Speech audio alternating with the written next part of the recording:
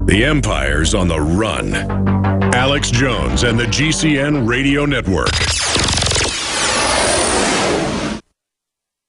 You've heard about the essential qualities of iodine when it comes to your well-being, and you've read the opinions of top experts regarding this good member of the halogen family. Still, reports indicate that iodine is absent in sufficient amounts from the daily lives of countless people worldwide. Now, our extra-strength new nascent iodine formula is here, Survival Shield X2, leading the way into the next generation of super high-quality nascent iodine. InfoWars Life Survival Shield X2 is derived from 200+ million-year-old salt solutions found more than 7,000 feet below the Earth's surface. The result is a unique nascent iodine that is both concentrated and free of unwanted additives, genetically modified ingredients, and completely vegan. We even pre-screen our Survival Shield X2 iodine for radiation. Pure, clean, and sourced from deep within the Earth, X2 nascent iodine is available exclusively at InfoWarsLife.com, InfoWarsStore.com, or call 1-888-253-3139. Open your eyes. It's time to give your eyes a powerful nutritional boost. Sight is the primary input to the brain, arguably making eyesight the most important sense we have. And just like the other important organs in our bodies, our eyes function at peak levels when they are fed the proper amounts of essential nutrition. Open your eyes. Combining key ingredients like vitamin A, zinc, lutein, proprietary saffron bulb extracts, and more, AccuPower by InfoWars Life is a new formulation specifically designed to nutritionally assist the natural function of healthy eyes. Optimize the natural power of your eyes with the latest addition to the super high-quality InfoWars Life formulations, AccuPower. Go to InfoWarsLife.com or InfoWarsStore.com to order AccuPower or call 1-888-253-3139. AccuPower. Open your eyes. DNA Force. When cells become toxic, they die early and aging sets in. DNA Force. No one has put together a formula that focuses directly on brain health, nerve growth factors, and optimizing your cellular energy at the same time. Just one of the key compounds, BioPQQ, is backed by major clinical studies. DNA Force. We now have the synergistic solution. Secure your DNA Force today at InfoWarsLife.com or call toll-free 888-253-3139. DNA Force. The government's Department of Homeland Security is buying up loads of ammo. At the same time, they're restricting civilians' rights to own and purchase firearms. Can you put two and two together? Infidel Body Armor can stop every round, including hollow points and .308 sniper rounds. Is reasonably priced and fully legal. But for how long? Go to InfidelBodyArmor.com, spelled INFIDEL bodyarmor.com. Infidel Body Armor. Just won't quit. We've got it. This transmission is coming to you. Waging war on corruption. All right, you are go. It's Alex Jones, coming to you live from the front lines of the Info War. We're back live, Friday edition of the Alex Jones Show, talking to Syrian girl, otherwise known as Mimi Al-Naham. Your calls coming shortly. Huffington Post. Global warming created ISIS. Yes, that was an actual article in the Huffington Post. You see, there was a drought in Syria from 2006 to 2010. And they claim that happened because of climate change, even though droughts worldwide over the last 30 years are down. They blamed this drought for being responsible for the rise of jihadists in Syria and ISIS, even though ISIS was not even formed in Syria. Of course, it was formed in Iraq. So these climate change alarmists are now actually blaming global warming for the rise of jihadists in Syria. Mimi Al-Naham, of course, nothing to do with the fact that the US armed the jihadists in the first place, that they trained ISIS members in Jordan, Saudi Arabia, Qatar, Turkey, bankrolled them to the hilt. It can all be explained by global warming. What do you think of that? Well, even the drought itself wasn't caused by global warming. It was caused by the Turkish president damming the river that runs into Syria in order to destabilize the Syrian government. And he's on record for saying telling the previous president, Hafez al-Assad, not this current one, that your people can drink sand. And that is the reason for the drought in Syria. It wasn't global warming in the first place. The Turkish government did this purposely to get people, to get the Syrian economy weakened and to get people angry. And it continues to be Turkish policy and the US government policy that leads to these jihadist groups and has led to groups like ISIS. And, interestingly, the Turkish government now are talking about having invasion plans into Syria, using ISIS as an excuse and saving the Kurds as an excuse. Because of the problems now happening on the Turkish border, 200,000 Kurds have crossed into Turkey now, Syrian Kurds crossing into Turkey. And of course, Turkey actually doesn't like having Kurds coming into Turkey because they see Kurds as a potential threat and separatists. And as a result, that is probably one of the reasons they are worrying about what's happening in Syria right now. And in fact, the Turkish war leaks 6 months ago revealed, where Erdogan's ministers were talking about war plans in Syria, that they were going to use ISIS in a false flag operation on a Turkish tomb and to try to get some excuse to go into Syria. And that's all on YouTube. You can have a look at it. And as a result, Erdogan actually shut YouTube down that day just to prevent his people from listening to it just before the election. Okay, we're going to get back into ISIS soon with the callers, but we're running low on time now. So let's get into Gamergate. This is an amazing topic that's kind of slipped under the radar over the past month or so. It began in August. And this is an attempt by individuals to hijack the video game industry to implant social engineering and basically brainwashing messages. Explain how that emerged.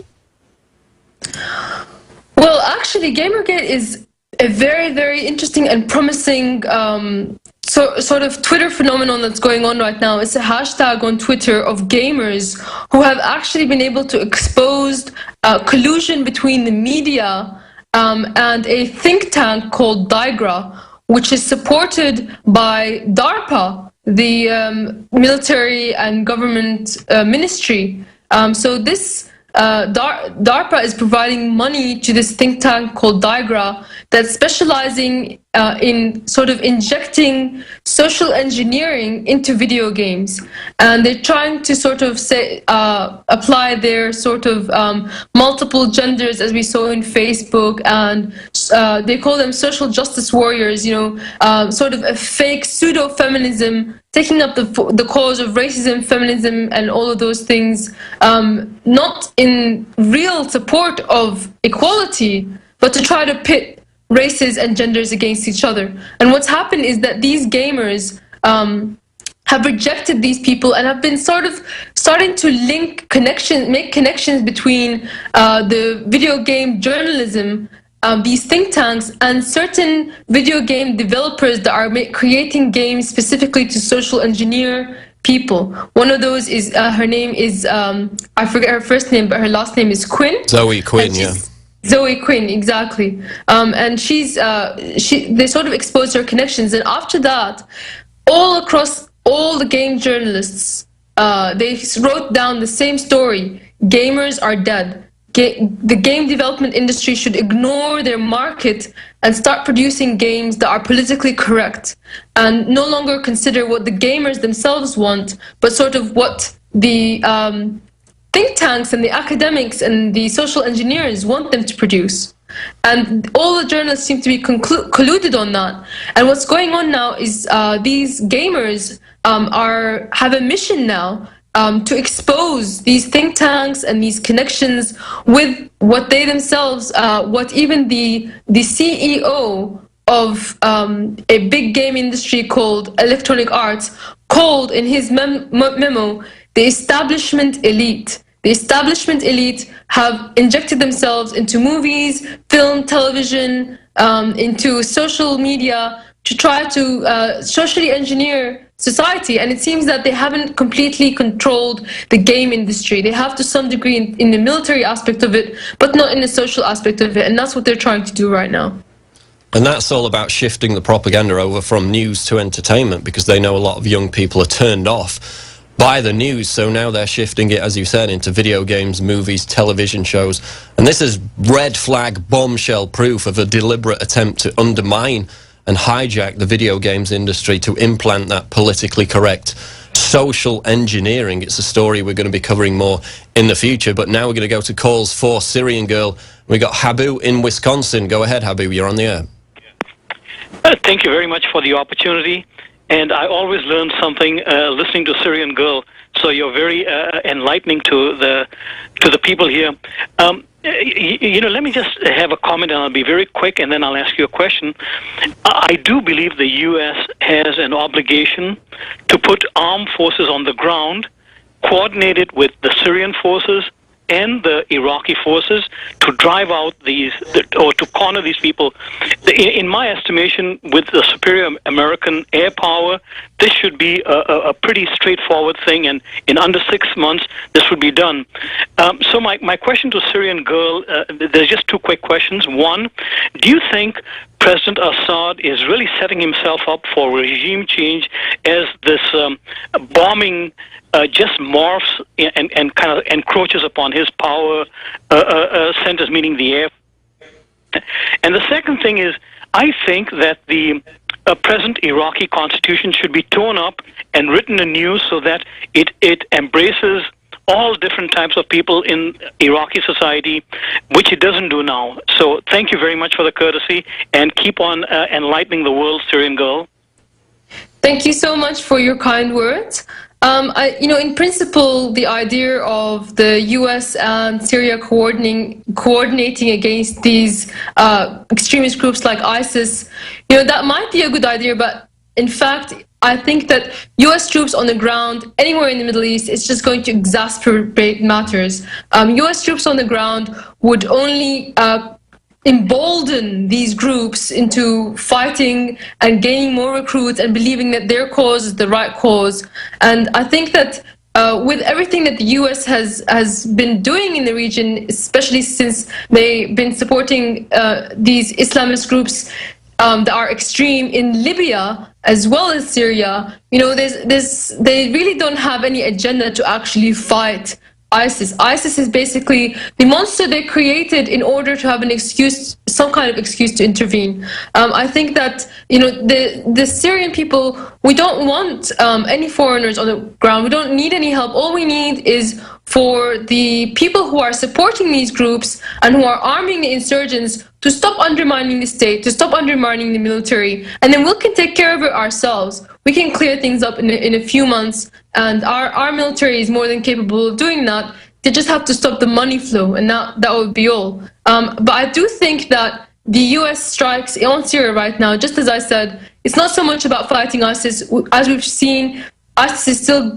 gaining ground. They're still gaining recruits, even more so now. So it's not really about fighting ISIS. I think it does still have a lot to do with regime change.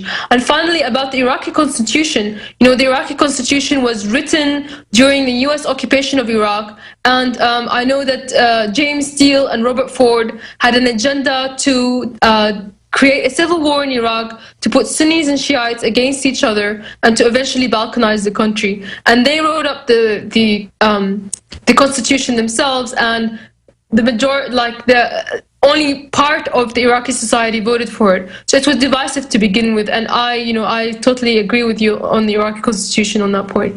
Slim in Canada, you're on the air with Syrian Girl. Go ahead, Slim. Hi, Syrian Girl. First of all, Eid Mubarak. And, Thank you. Oh, you're welcome. My question is regarding ISIS. A while back, I used to be a gamer myself. It's funny you guys mention that.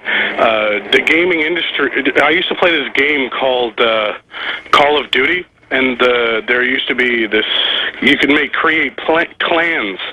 And the strongest and most vast clan in that game when I played it a few years ago was ISIS. I don't know if that's a coincidence or what's going on, but with respect to them being just basically a cult, they are basically just a death cult To me, that's what my opinion of them.